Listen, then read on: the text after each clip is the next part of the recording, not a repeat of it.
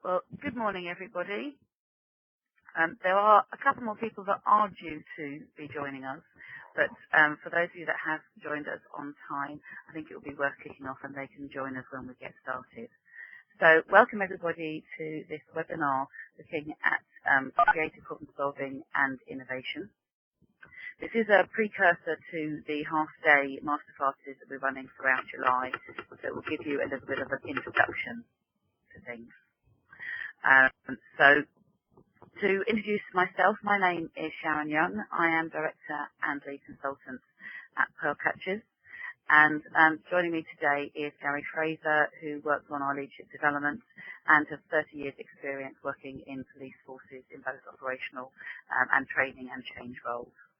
So today we are going to be talking to you about creative problem solving and innovation.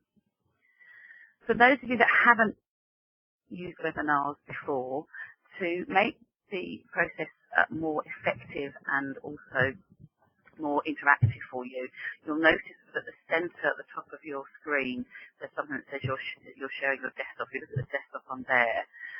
There is the option, first of all, to mute yourself, which I would recommend if you haven't already so we don't get any background noise. And secondly, there is an option called chat, and if you click on that, you'll see a little box will come up over the right-hand side of your screen. And we're going to ask you at various points some questions so we can get your interaction. I know we won't be able to see you, but to make this as interactive as possible, we will be asking you questions at various points. So if you can enable your chat, that's going to make the process work really, really well for us. So welcome to those of you that have joined us already today. The session will run for approximately an hour, and there will then be a video recording of this available for anybody else who wants to log into it afterwards, and if your colleagues that may be interested.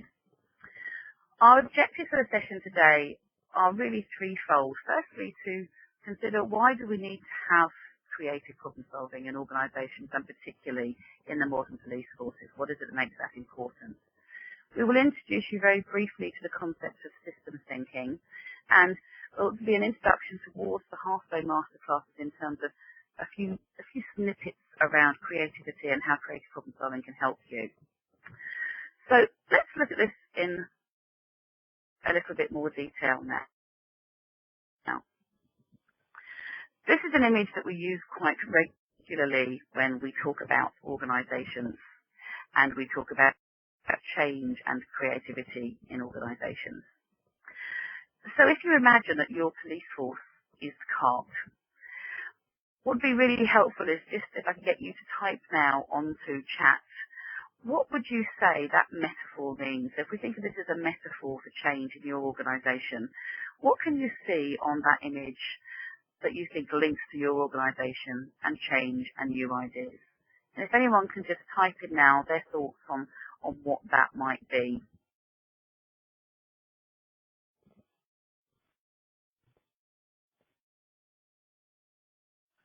So the first thing we have in here saying a lack of flexibility. So yeah, organisations can be quite rigid, very sort of stuck in the ways of doing things previously, and particularly when you're talking about police forces with so much regulation and so much working on evidence and facts and figures, that can often make things quite inflexible and harder to do things differently.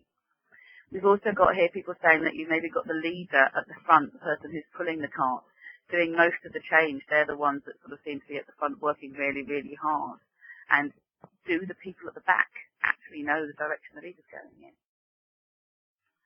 We've also here resistance to change that using the same method. So as you've probably gathered, there are square wheels on the cart. And so everyone is using those square wheels. Every organisation will have some square wheels. They are those things that work, but only just. They are quite clunky. They make hard going of it. They make the journey quite difficult. And people are so busy doing all that hard work that they don't take the time or have the time to look at the alternatives. And as Leslie's saying here, they don't question why things don't work. And if you notice, actually in the cart are lots of round wheels.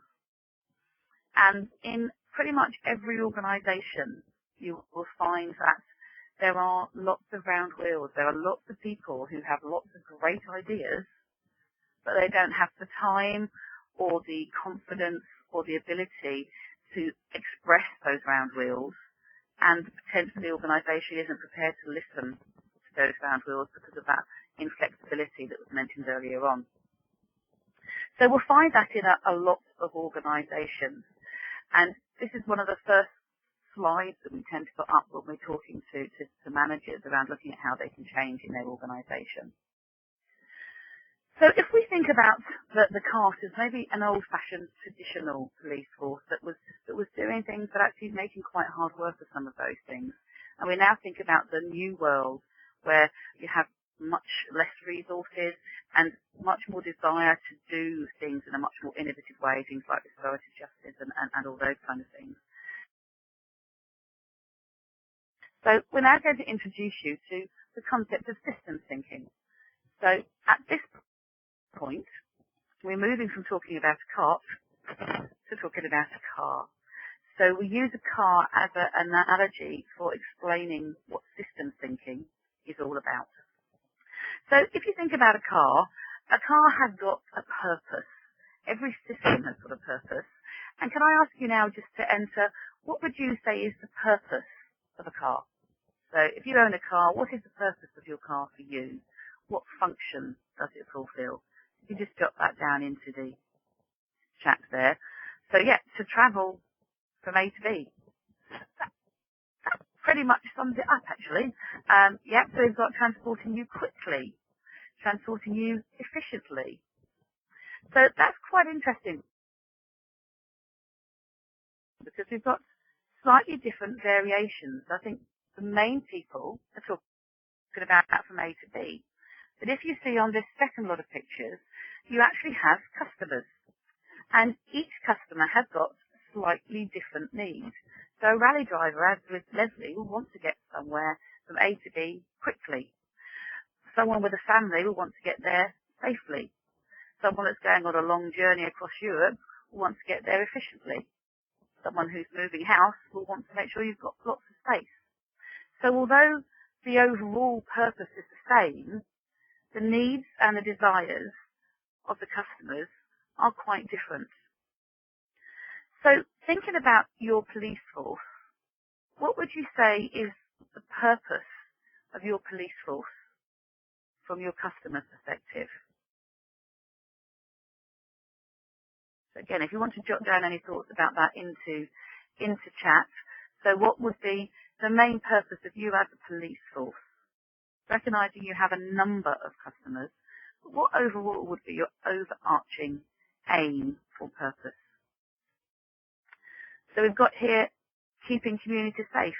Yeah, that's a really good one. Dealing effectively and efficiently with criminality. And it's interesting, when I was first working with police forces about eight or 9 years ago, and I remember talking about customers, and one of the people from the police force said to me, well, initially you might think our customers are the victims of crime, but then actually the criminals themselves, to some degree, are our customers. And in fact, everybody else in the community who is impacted by or doesn't want to be impacted by crime is our customers. So I think there are lots of different things. I think that links with the community and keeping your community safe and feeling safe. I think with the measure around public confidence, that's a really important thing, that people in communities need to feel safe. I know some forces have quite low crime figures, but the public confidence still doesn't match up with that. So it's a really, really important measure for people to think about your customers and what they want.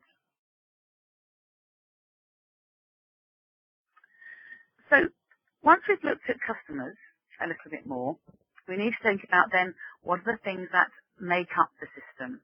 So another important thing to recognise is that every system, like this car, is made up of lots of different parts. Each part within that system has got its own purpose, which ultimately, if the system is working effectively, is to enable the overall system to meet its overall purpose. But no one part within that system is able to achieve the aim on its own. So you might have the biggest, shiniest wheels that ever exist. But if they're not attached to an axle, which is attached to an engine, which has got petrol in so that it can be driven, then those wheels are going to be useless on their own. So it's really important to recognise the different parts of the organisation and also the interdependencies between them.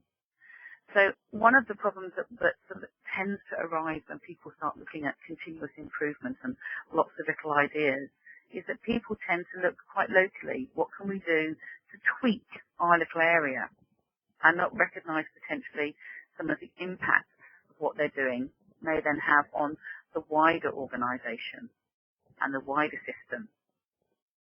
And when you're talking about policing, actually that's even more challenging because I've had conversations with people and they say, well, policing system isn't just the force itself, it's all your partner agencies. So how big does the system become? So really, really worth thinking about that aspect there. So if that's just looking at the parts and the dependencies, the final aspect we want to look at to the system thinking is the external influences. So if we in the back car here, the top left picture, we have people that are working in the inner city. Top right one, people who are outside in the countryside. The type of car you need will need to be different based on the environment in which you're operating. Looking at the map on the bottom left, the olden days, every car used to have a paper map within it. These days, it's quite unusual to not find a sat nav within a car. Depending on the country that you're driving in, your car might be right-hand drive or left-hand drive. So the environment that you have externally will impact the system and how it moves forward. So if you think about how cars have changed over the last 20 years, that's because of the external influences. And that is especially important for policing because there are so many external forces out there today.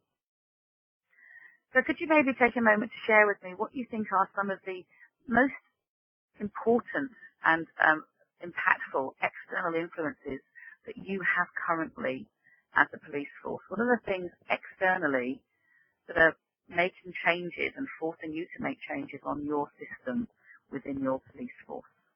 Just take a minute to share some thoughts on that. That would be really useful.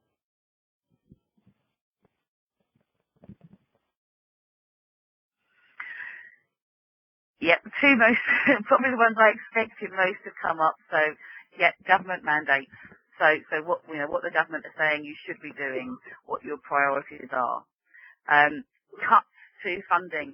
So absolutely, that's, it's been unheard of until recent times to actually ever cut frontline policing.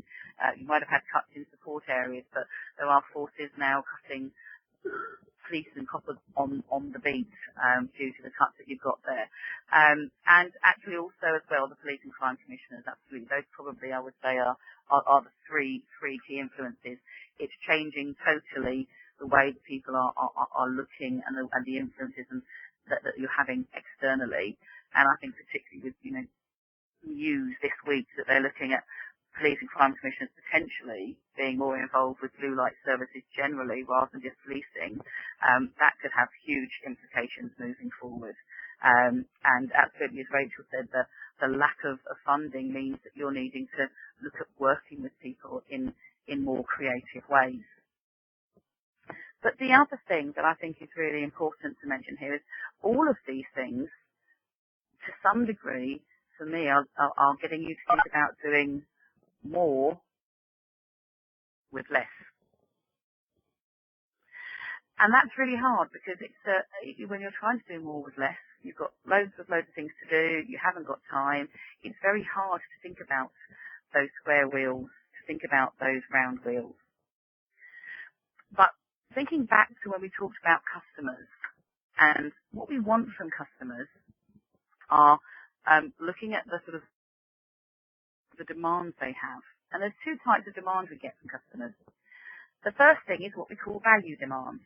So that's what you're actually there to do.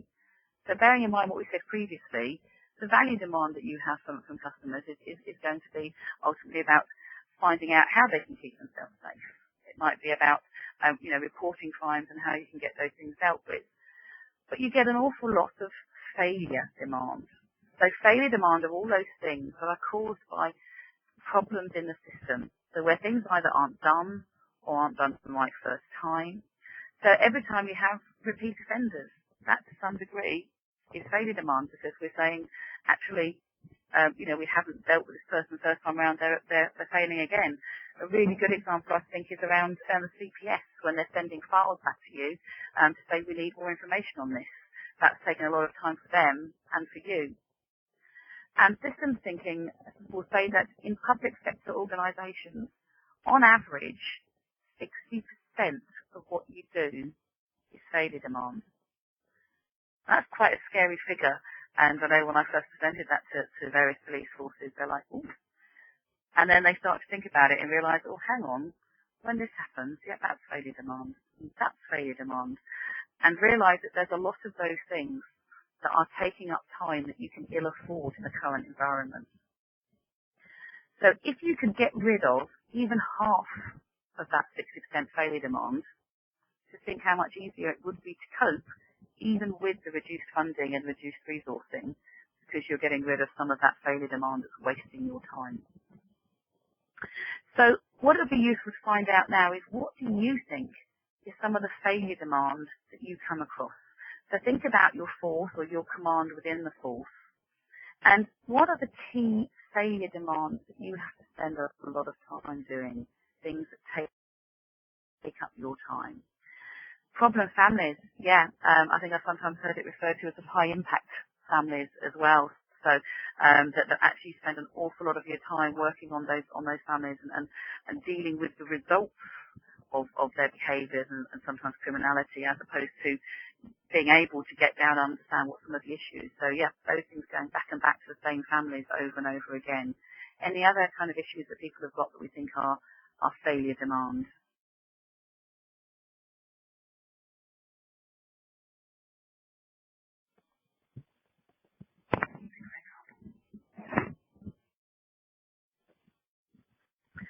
So the lack of a joined up process with the rest of your criminal justice partners.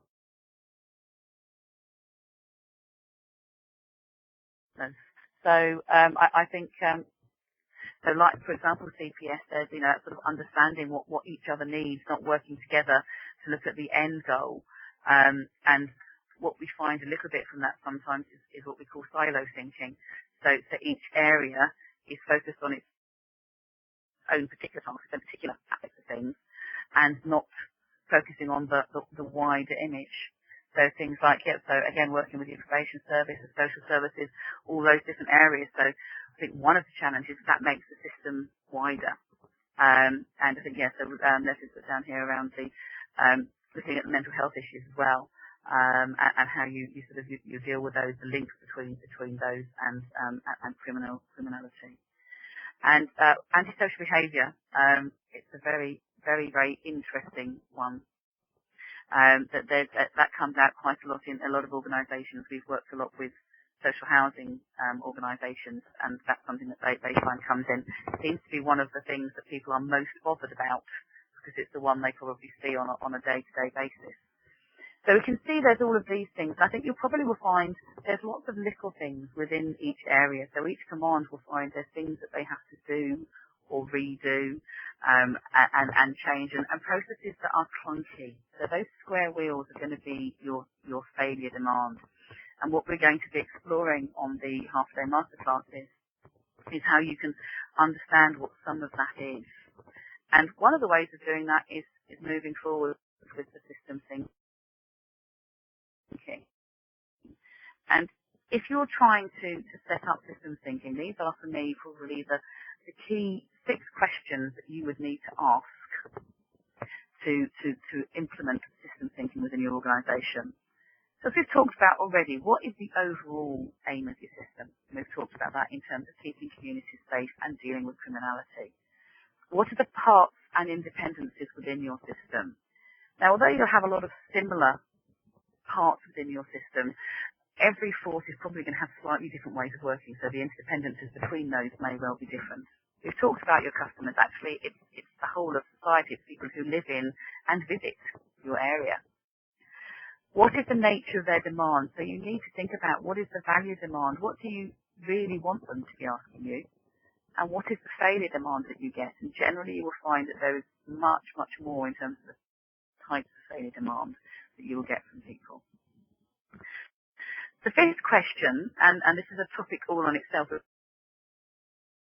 which we're not going to cover in detail at all today, but I think it's worth mentioning, is what is the capability of your service, of your command, of your force? And this is all about how able and capable are you to meet the aim of your system and the needs of your customers. This is not about meeting targets. Obviously, there is a reason why we have targets. They are important. But there is that concept of what gets measured is what gets done. And the really sad examples of things within Staffordshire hospitals is a prime example of how when you're focusing just on measuring things and data and numbers, that you forget about what you're actually there to achieve. So capability links you back to how can we measure how capable we are of achieving our overall aim. And it's probably more difficult than measuring individual crime rates and detection rates. But that's what you're actually there to do. So we would challenge you to think about ways that you could measure that capability more effectively. And the final thing, which is where we link back to the creative problem solving, is what's actually going on in your system at the moment that's preventing you from meeting your aims effectively and efficiently. And this is the first stage of the problem solving aspect in terms of once you're clear on where you want to get to, what are those things that are holding us back? And then we need creative problem solving to help move us into the ways to make that work. So I'm going to hand you over to my colleague Gary now, who's going to talk about a little bit more about why we need to maybe change the way that we think about problem solving and creative problem solving, and give you a very good example of how he's seen that previously. So I'll just hand you over to Gary now.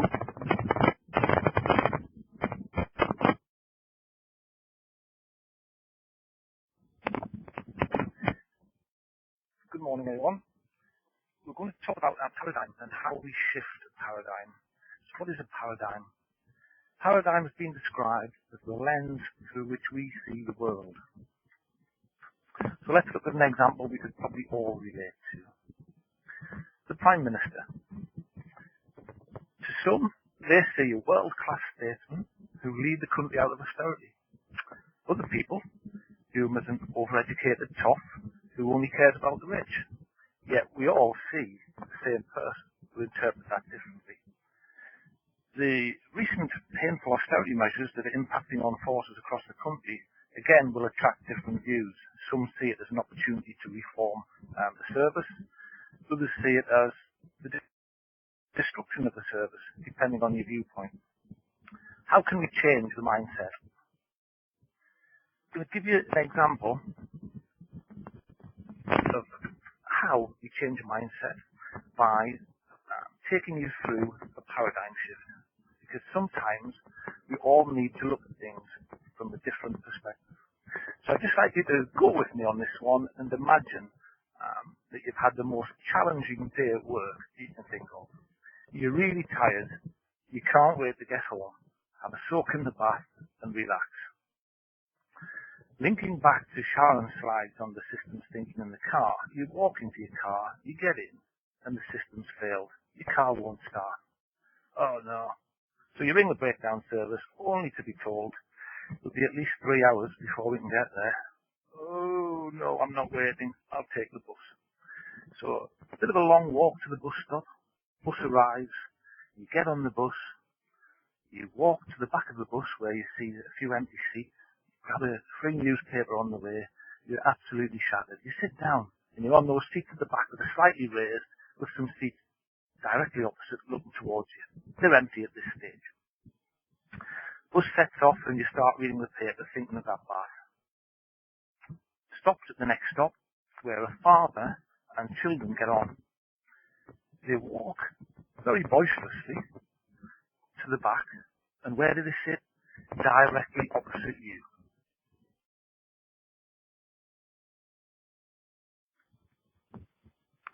There they are. and you think, oh, here we go. You're reading the paper, trying to cut the noise out, and all you're aware of are these kids screaming. The kids are misbehaving, they're shouting loudly, throwing things at each other. One's got an ice cream, which you just know what's going to happen. Another one's got a tin of fizzy pop. Again, they're out of control. The father is sitting there, apparently oblivious.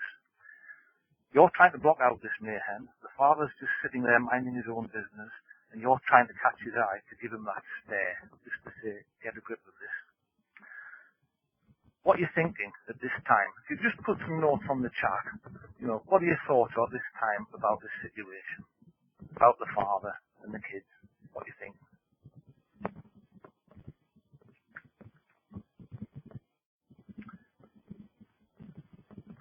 You just want to tap in your first thoughts? Yeah, when are they going to get off? Yeah, I think we've all been there. What kind of fears he had? Yeah, possibly, yeah. And he's sitting there oblivious and not catching your eye. Yeah, and there's anger that the father's not controlling the things, he's not bothering. Yeah, they're not bothering him. Yeah, many people are thinking, I've had an awful day, and here's this bloke not controlling his kids, bad parent. Okay, so the final straw comes when it happens. The tin of pop falls on the floor, soaks your lovely shoes, your feet are now sticky, and then the ice cream lands in your lap, your newspaper's crumpled, it's now unreadable. You thought, right, I've had enough. And you say, excuse me. Book turns round, looks at you, and you notice on his face, he's got tears running down his face. He looks at you, and he says, I've just come from the hospital. My wife's died, and I don't know what to do. What are your thoughts now? If you could just put that on the chat, what you're thinking now about this situation. Poor man. Yeah. Poor man. Dreadful situation. My day doesn't compare. Yeah. How true. How true. You went to consult. Yeah. Guilt. Yeah. Guilt is another one. Yeah, it's totally changed. Yeah. What has changed them? Because your newspaper's still crumbled. You've still got sticky feet. And you've still got ice cream on your lap. So what's happened to change your thinking? You just put, perspective. Yeah, you put in perspective now. What's enabled us to get that perspective?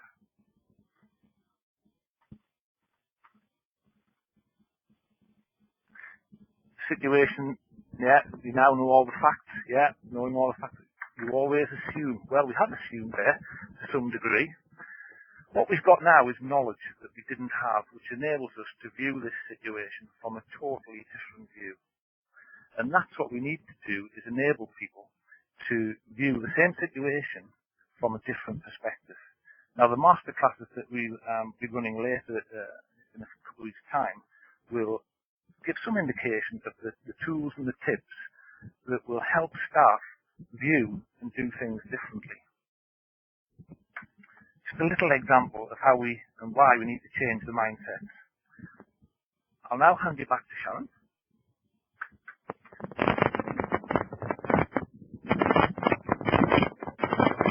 That's a lovely story, that. It always makes me suddenly realise that things aren't always as obvious as you see.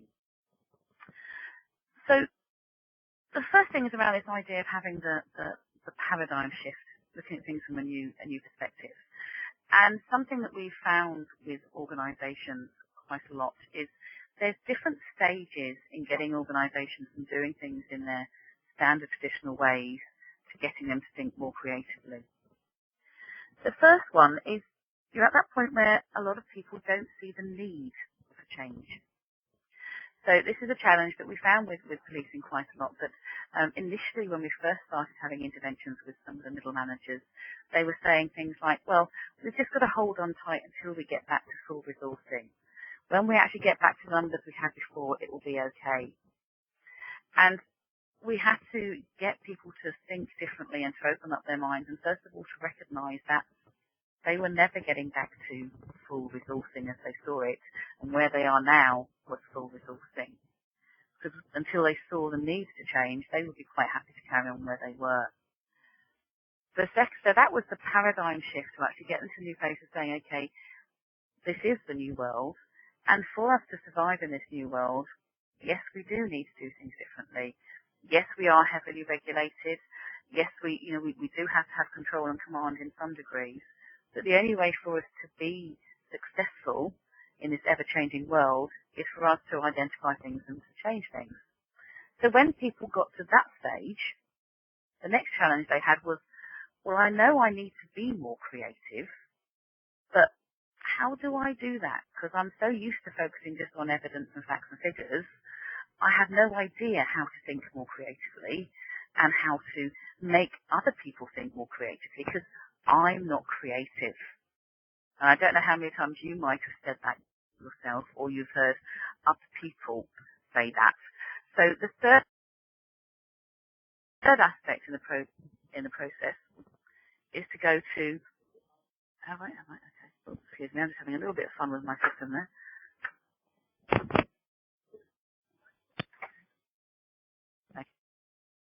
Okay, sorry about that. A little bit of fun bit with the with the system. Okay, so the next thing we need to do then is to look at this idea of imagination, creativity, and innovation. So a lot of people talk about what's the difference between creativity and innovation.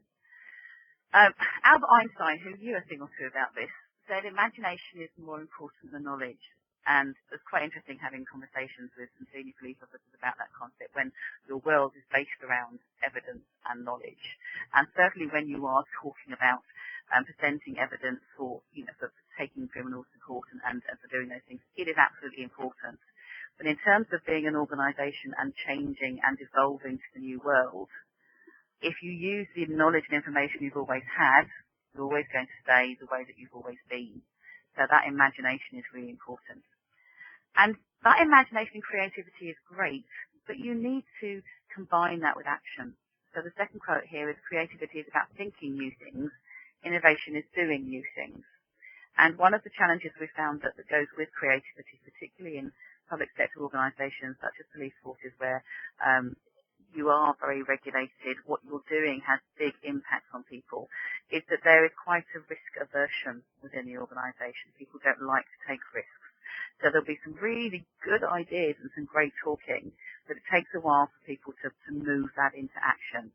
So the stuff that we look at on our programs and we'll be exploring in both of our masterclasses is how we get people first to come up with the good ideas and secondly then to make them happen.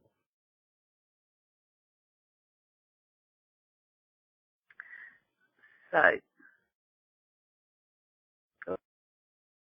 I'm going the wrong way now. Sorry, I'll just go back up. There we were. So let's have a little explore about creativity. So here are some myths that we've come up with about creativity. And I'd be interested to see if there's any that you want to add to those. So a lot of people say it's quite rare, that you're born with it, you're either creative or you're not, that you'll have some people that are good at analytical thinking, some that are creative, but you can't have both. Maybe the ideas will just happen if you wait for them long enough. Only really intelligent people are good at creativity. So it's not something you can study, and it's this kind of weird, mysterious thing. So what other myths do you think about? Either which of those ones do you agree with? Or what other myths have you heard about creativity, things that people say that might make people in a traditional organisation, a fact-based organisation, think, I'm not creative. Creativity is not for me. So Christine is saying here, it's something to do with artistic. Yep, a lot of people will say that actually you need to be artistic. So artistic people are creative, but people that are analytical aren't. Any other myths that you think particularly for you, you would say, this is what people might say about creativity and why we can't use it?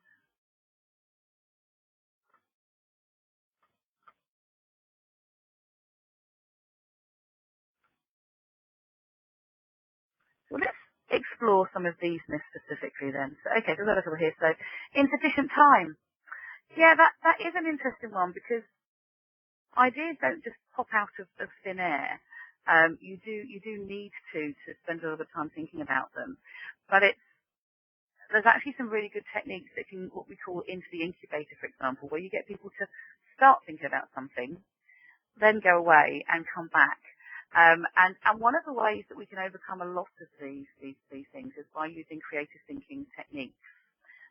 So there are some people who naturally can just think in a different way. But there are some great techniques that you can use very, very quickly and easily to get people to think slightly differently. So all of these myths are just that. Creativity exists in all of us. You can find ways to become more creative. You can be good at both analytical and creative thinking. And it is mysterious because people don't know about it, but when we explain it to you, it's actually quite simple.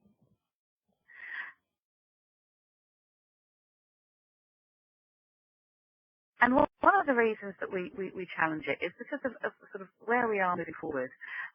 We all were creative at various points in our life. So when we were younger, 90% of the things we were doing were new, creative, things we were trying out from a different point of view. But actually, even by the age of 7, only 40% of the things that we were doing are new and creative. By the age sort of around about where I am now, most people on average are down to 2%. So you're doing the same old things, and our society and the way that we work and the way that we're educated very much trains us to not think about different things, to be focusing on doing things and doing the same things and doing them well. So being creative is something that becomes, or not being creative is something that becomes habit.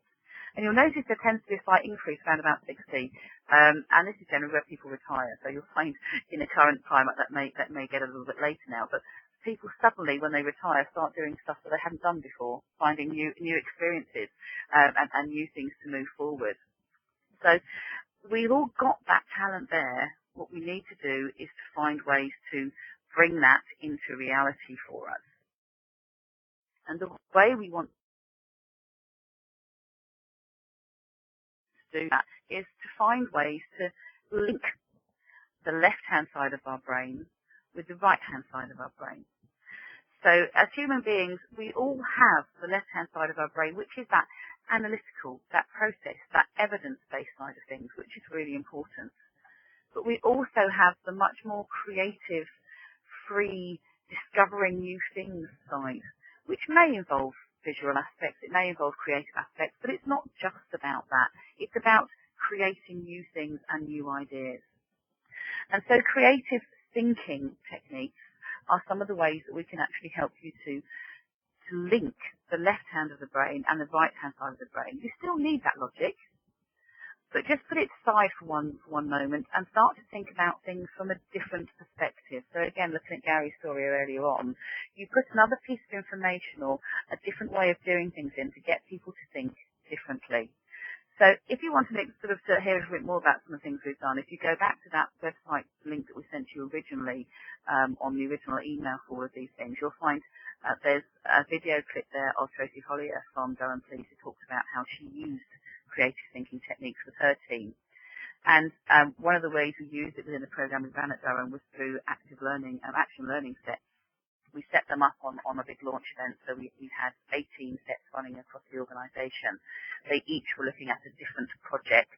They were each giving a creativity input, so a couple of different creativity tools to get them to think differently.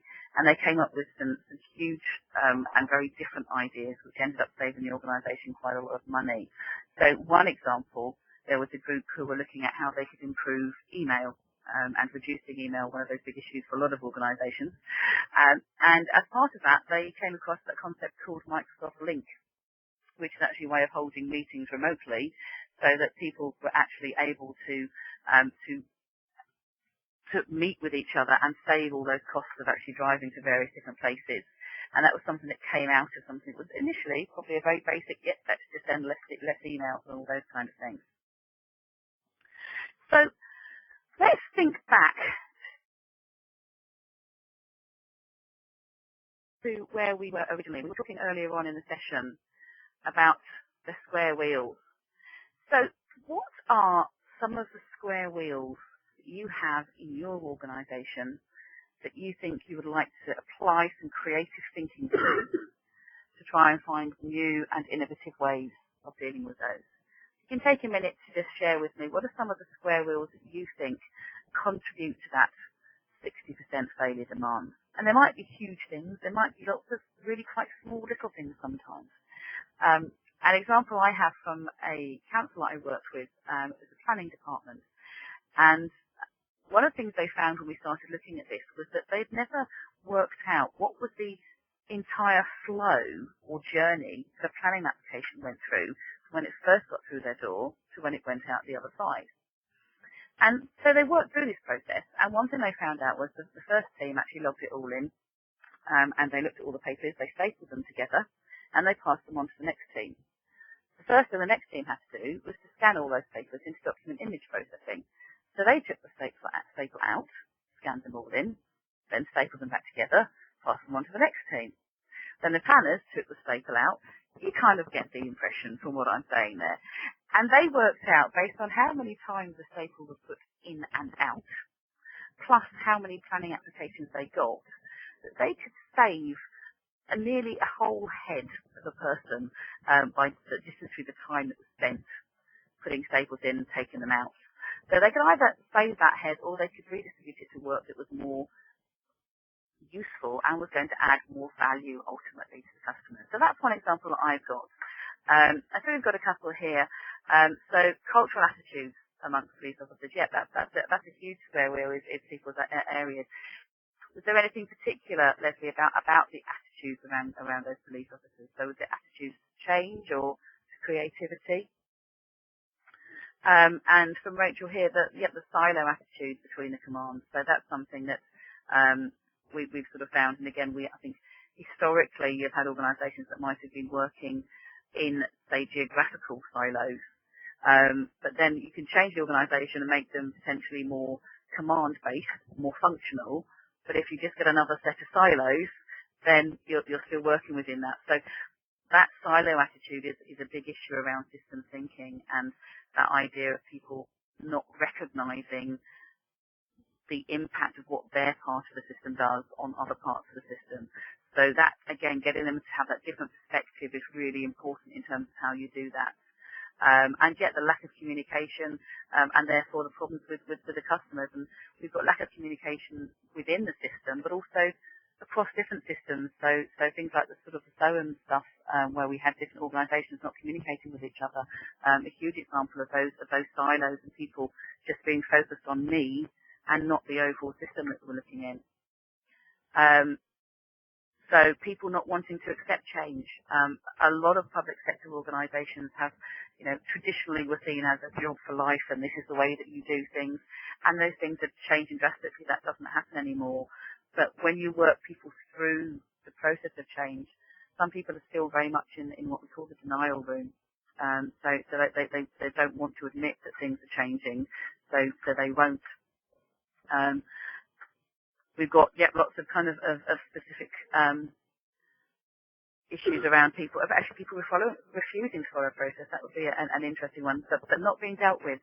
And actually, that handling poor performance again is quite a public sector issue. We've come across a lot that people will recognise that people aren't doing things, but they either don't feel they have the skills, or they don't feel they have the power to deal with something, or maybe they agree with the person to some degree about certain things. They think it's a rubbish process, so I'm not going to do it either. But the key thing there is it's the managers that then need to have that paradigm shift. So the staff won't be able to do it on their own. And in fact, the work we did at Durham was very much looking at the middle managers, so inspectors and chief inspectors and equivalent in the police staff. But are the people who are going to have to lead the change? So it's great to have a senior management team that is very forward-thinking and coming up with good ideas. And it's great to have people on the ground that want to do a good job. But it's those people in the middle that have to make that link. And that's where we found, and certainly Durham found, that making that paradigm shift at that level with the managers is really, really important to do that. spent a little bit of time talking now about the key aspects around this. So we started off looking at the fact that we have square wheels. We've talked about looking at system thinking as a way of appealing into that, looking at a new perspective and how you move on to creativity. Obviously, with a session of this length, we're not going to be able to go into huge depth with all of those things, but hopefully what we've done is to whet your appetite about some of these areas here. And we will go into a lot more depth about these on both of the sessions. So on the sessions we have on I think the 1st, 11th and 12th of July, the morning session is going to be taking this into a lot more detail, and we will refresh the systems thinking aspect, but we'll spend a lot more time looking at problem solving as a technique, looking at different creativity techniques that you can use, and using some real life examples such as the ones you've talked about here in terms of the managers not taking people to task for issues, that silo lack of communication. So we'll get working on some real problems with you whilst you're there in the session. And the afternoon session is around culture change, but it's around culture change for your organisation to become much more creative. So getting some tools in there is a great starting point, but you need the organisation to have that paradigm shift and to say, we are going to be creative, and you need to give people the tools and make sure that your culture backs that up. So those are the kind of areas that we're going to be sort of looking at moving forward from there. So those are the main things that I wanted to cover with you today. So the final thing for me now is, obviously Gary and I've done a lot of talking by the nature of this being a webinar, but it would be really interesting if any of you have got any immediate questions based on what we've talked about today, or just your thoughts generally around creativity. Actually, whilst you're thinking about that, I'll just come back a couple of comments that I've also had here. It was interesting actually when we were running some creativity sessions that a lot of people at the beginning of the session would say, well, actually, I'm really not very creative. And in fact, Tracy Hollier, who I was talking about earlier on, that was one of the comments that she made. I didn't think I was naturally a creative person. But by the end of the day, I realised, you know what, maybe I am more creative than I think. And then going out and practicing that with her team and actually coming up with some innovative solutions actually made her realise that she was a lot more creative, and that helped her team to then realise that they were much more creative.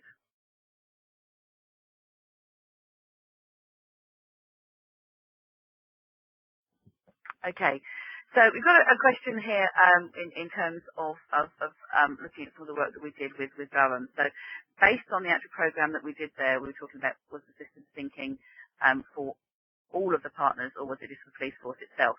The particular programme we ran with Durham was focused on the middle managers in terms of how they could actually better deal with the change and be more creative. So what we've done there is to start the process of people thinking. So we started with it looking at systems thinking internally within the organisation, but a lot of the work that they've done in terms of the projects has by its nature linked to a lot of other organisations. So the project wasn't specifically to map out ourselves what the system was. It was to introduce the concept. But for example, one of the action learning sets was around looking at the mental health issues and how we deal with people in custody that've got mental health issues. So as part of that was involving them going out and speaking to some of their partners within social services, within the medical profession, etc. So what has happened as a result is that there is greater working with partners, although in the process of this particular programme, that wasn't the specific aim of the programme. Obviously, if you've got some very specific questions, then we're sort of, we can certainly talk about those in detail with you as an individual. We can certainly have a conversation with you afterwards if you wanted to in terms of doing it that way.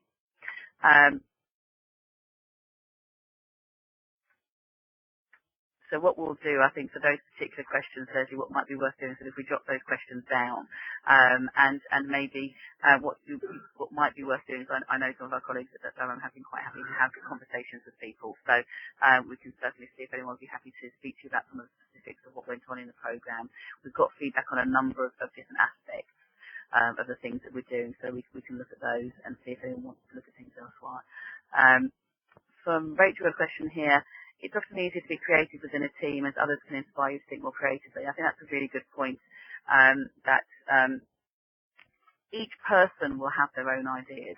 But the best creative situations are when you get different people's ideas and you bounce them off, because you'll get different perspectives. So the more different perspectives you have in a room, the more you are able to be creative, because you might not be the person who comes up with the initial idea, but some people are better at building on other people's ideas. Any other questions that we've got from anyone at the moment on anything that we've covered so far, or anything that you would like to talk to us about separately?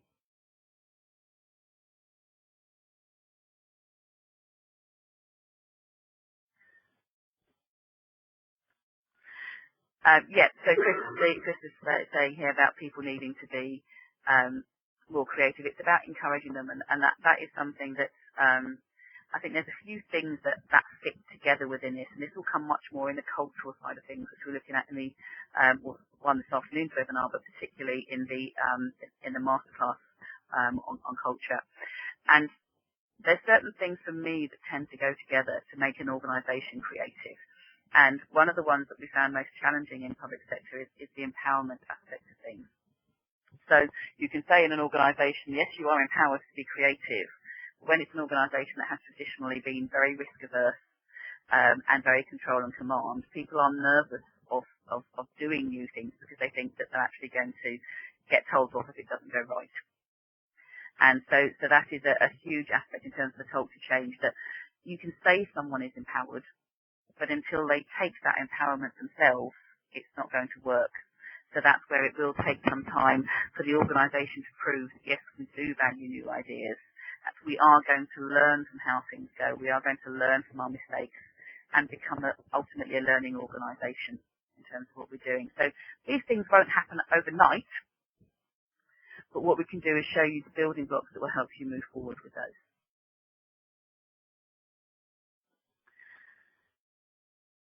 So I would like to say thank you to everyone for your time this morning. Hopefully we have given you a taster of some of the work that we can do around these things and a few tips you can take away immediately. For those of you that come into these masterclasses, we will certainly give you a lot more information on those masterclasses around these things, and we will actually give you some hard copy things to take away in terms of our creativity toolkit, which gives you a selection of different tools that you can use in meetings, in various sessions to help people to become more creative. The recording for this session will be tomorrow put online, and we will send you a link, so if you want any of your colleagues to get a copy of this, then you can send that through to them there. If you have any further questions, or you want to follow up on any of the questions that you've raised with us today, then you can certainly, if you send an email through to the also the different at pearlcatchers.co.uk, then we will follow up and we can arrange a time either to have a one-to-one conversation with you, or we can email you back on any particular questions that we've got from there. So other than that, I'd say thank you very much to everyone for taking part today, and thank you for your input, which has been very useful. And